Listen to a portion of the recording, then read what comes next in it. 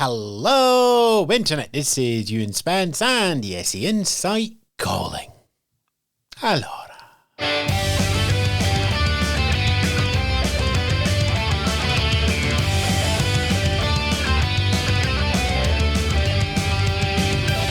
Coming up in the podcast, the Irish budgets, the UK semi-finals, and we remember our legends. Yes, good afternoon, good morning, good evening. As always, welcome to the Insight News podcast from myself, Ewan Spence, and the team here at ESC Insight. You can find us online, www.escinsight.com, for more discussions, commentary and analysis of the song contest. And you can support this podcast, the articles and the whole shebang through Patreon, patreon.com/ESC Insight as well. Right then, as always, remember the date. Semi-finals are 7th and 9th of May, grand final on the 11th of May. It's in Malmō Arena, which is just across the bridge, so it's easier to fly to Copenhagen. All of that. If you're going to buy stuff now, make sure it's cancelable. It's a long way away, and so on, and so on, and so on. So, the last 2 weeks.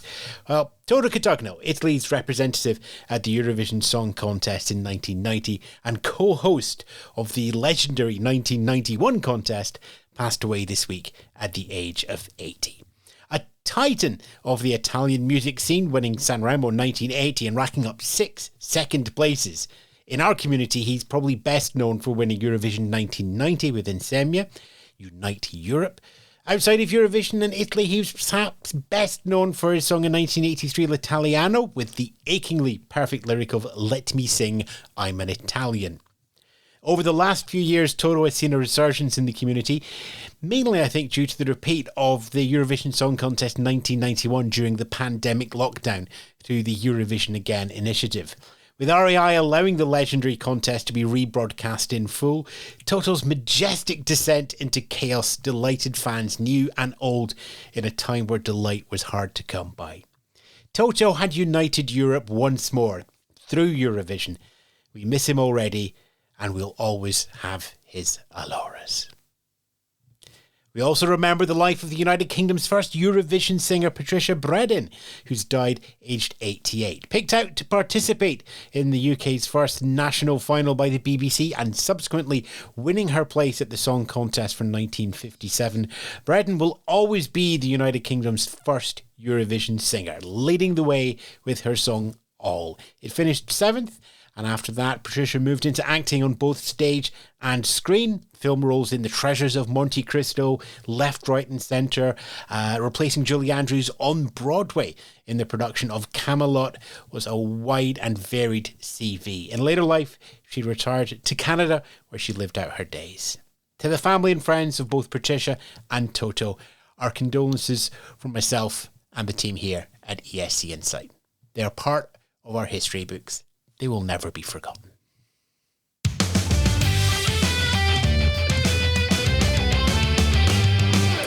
Right then, so let's just have a look forward to the 2 contests that are on the horizon. Of course, we've got Junior Eurovision happening at the end of the year and the Adult Eurovision happening after that in May. So let's go to Junior Eurovision first. We're still confirmed at 15 entries on the list there. Go on then. Albania, Armenia, France, Georgia, Germany, Ireland, Italy and Malta, Netherlands, North Macedonia, Poland, Portugal, Spain, Ukraine and the United Kingdom. We have a little bit of news about the selection processes going on. We'll start with Ireland. Hosts Louise and Dara return for TGR's Junior Eurovision Artist Selection Show in Ireland.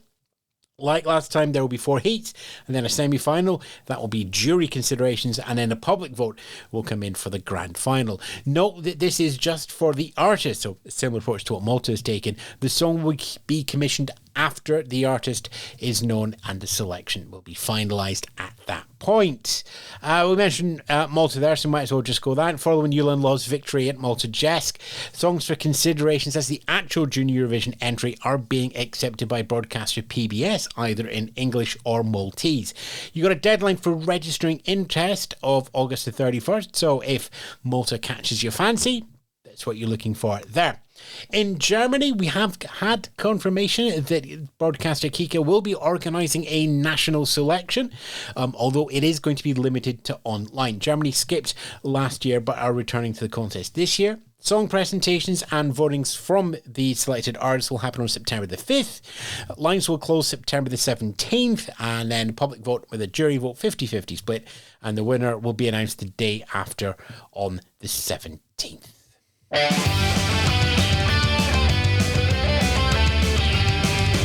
Right then, Malmō 2024 up next. The count is still 26 countries. Do you really want the melodic going through from them? Oh yeah, go on then. Australia, Azerbaijan, Austria, Cyprus, Denmark and Estonia, Finland, France, Germany, Iceland, Ireland, Israel, Italy, Lithuania and Luxembourg, Malta, Moldova, the Netherlands, Norway and Portugal, San Marino and Serbia, Spain, Sweden, Switzerland and Ukraine. So, what do we got? We've got news from a couple of countries here. Let's just go down the list here again. Start with Cyprus. The shenanigans of Fame Story have kept us engaged over the summer off-season. Would this be used for the national selection? Would it not? Would Greece be upset that Cyprus was using a Greece programme? Yes, they were. So, look, it's all panned out now. Cypriot broadcaster CBC has confirmed that 2024's song is expected to be an internal selection.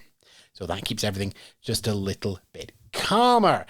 Finland, the short window for submissions to Finland's UMK selection have opened this week and closed this week.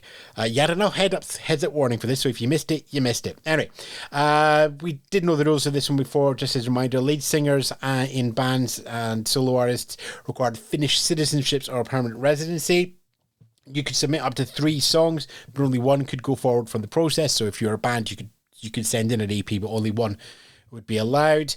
All the entries now will go into a shortlisting process, go through various juries. That will give us a final list, which will be announced probably in January, and a one-shot national final in early 2024.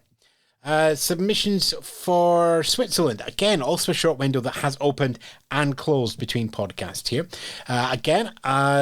There will be an internal selection process to go from the long list to the short list, but then it will go from the short list down to a single name internally as well. So it is a national final process. And there is the public involved in here. The final stage is going to be a joint panel of Swiss audience members, international audience members, and a jury made up of former Eurovision jurors. But none of that is going to be on television. So it's an internal final, I suppose, on that one. Yeah, let's go with that one. Also in the submission window is Sweden. You can represent Sweden on home soil at Eurovision in 2024 by submitting your song to Melodifestivalen, hopefully being one of the ones selected, and then going on to win. Melfest's format this year is, of course, 5 heats and then a grand final show. The second chance is kind of looped into last show, but only 6 songs per show. That does mean, though, we got from 28 to 30 songs. Now, that doesn't mean that 30 songs are going to come from this submission. In the past, half have come from open submissions and half have been from SVT's internal processes and invitations. So my best guess is they're going to do the same again here. So if you want to be one of the 15 songs, you have until September the 15th to get the tunes in. What else do we have? Ireland. The annual submission of a Freedom of Information Act to broadcaster RTE has happened. It's been filed. It's been replied to with the how much did you spend on Eurovision question. And the answer to come back is pretty much the same as every other year. The 2023 final figure, €340,000. 2022 was €315,000. 2021 was €330,000. And 2019 was €336,000. Even when you take into consideration things like the exchange rate and differing entry numbers, which changes the participation fee, that's pretty consistent. And for all of you wondering if that's too much or too little, just remember that that's still cheaper than 10 hours of prime time TV programming from the budget. Eurovision, certainly in the Western broadcasters, remains a really, really good deal as long as you're not hosting it. That comes another one. Shake-ups in Malta, actually. The Malta Eurovision Song Contest, their national selection. Well, there's some changes here. Let's just take a few bullet points on this one. First of all, there's no live performances in the final. What we're getting is live to tape. So the artists will get 5 goes over 60 minutes to record a live performance onto videotape, and that will be used for the national final process. There'll be a music video there as well. So nothing is as live, but everything will be as if it was live, but you got multiple goals and get to send the best one forward. If you remember how the sort of backup tapes of backup song to tape during the COVID years was done at Eurovision, It's the same process as that. Malta also thinks that there's going to be a longer semi-final period. Rather than just a single show that happened the Thursday before the grand final, we could be seeing semi-finals and selections from as early as October. And these will be used to select the 12 songs for the grand final. So we remain to see how that's going to go down. That could be fun and keep us going over the fourth quarter. Jury, televote, public voting will be in here as well, although Malta has not always stuck to 50-50. They have implied different percentages at different times down the year, so it's worth watching when we see what the actual percentage split will be. We don't have that yet. In all of that, submissions open this Monday, the 28th of August. If you want to pop a song in there, you've got a month to get them in. The window will close on September the 30th. And finally, news from the television festival up here in Edinburgh on the United Kingdom and the BBC at the Song Contest. First of all, BBC look set to continue broadcasting the semi-finals on the main channel of BBC One. Previously, they were put down on the specialist and less substantial channels of BBC Three and BBC Four. With the hosting in Liverpool, this was the first time the semi-finals showed up on BBC One, and it looks like one more year is on the cards. See what the viewing figures do post-Liverpool.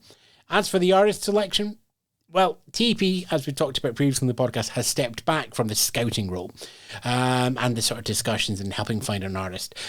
But the discussions are going on now, and clearly you'll be able to hear there's a little bit of wiggle room in here. But the suggestion from the TV festival is that the BBC Eurovision team will be bringing in another specialist agency to find a superstar singer for the United Kingdom, rightly deciding, certainly in my opinion, that it's too early in the UK's rehabilitation to the Eurovision Song Contest to risk a national final.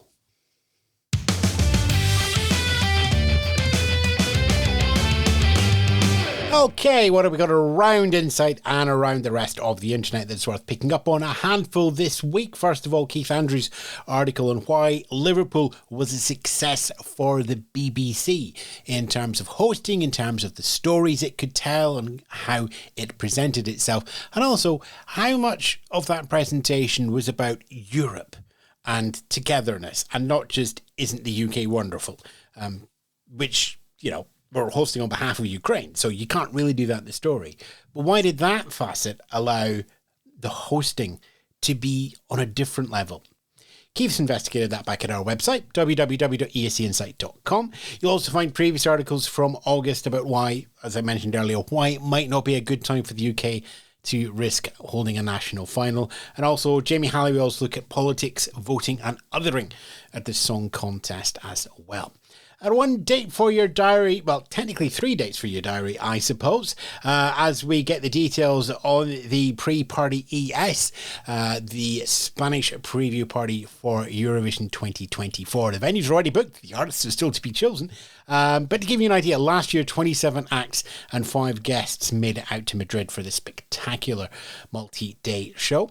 Who we're going to have this year, we will find out over the next few months, but we do have dates. March the 28th will be the Euro Club ES Dress Party. March the 29th will be the opening night, and the show itself, Pre-Party ES, will be on Saturday, March the 30th. Tickets go on sale next Friday, September the 1st, and yay, September the 1st is here. Yes, it's the date where everybody goes, that's it, the summer is over, the season has started. It's a line in the sand. It's a very thin line in the sand. It's an important one. Basically, any song released before September the 1st is not allowed to enter the Eurovision Song Contest. There are extenuating circumstances. Like if it's on YouTube and 5 people have seen it, you're probably okay. But if it's, Rocket Man, then you don't get that. Okay, so September the 1st is kind of release your song on or after that date, and you should be okay. It is totemic, it is massive, but at the same time, it's just a little line in the sand. Is it enough to get excited about? We're going to explore that over the next week or two on the website. So yes, we're joining in with, hey, it's September the 1st, but we're also just going to talk a little bit about it as well. I'm Ewan Spence, www.escinsight.com is home of the podcast, myself, the team, the writings, the discussions, the commentary, all of that is out there. The Eurovision community is wide and it is loved. To all our friends out there, as always, do stay safe wherever you are. To all our friends we haven't met yet, You be safe as well. Be kind to each other. I'll say ta-ra, cue the guitars. Catch you in the next podcast. Ta-ra for now. This ESC Insight News podcast was hosted by Ewan Spence, written by Ewan and the team at ESC Insight. Find out more at www.escinsight.com and support us patreon.com/ESC Insight.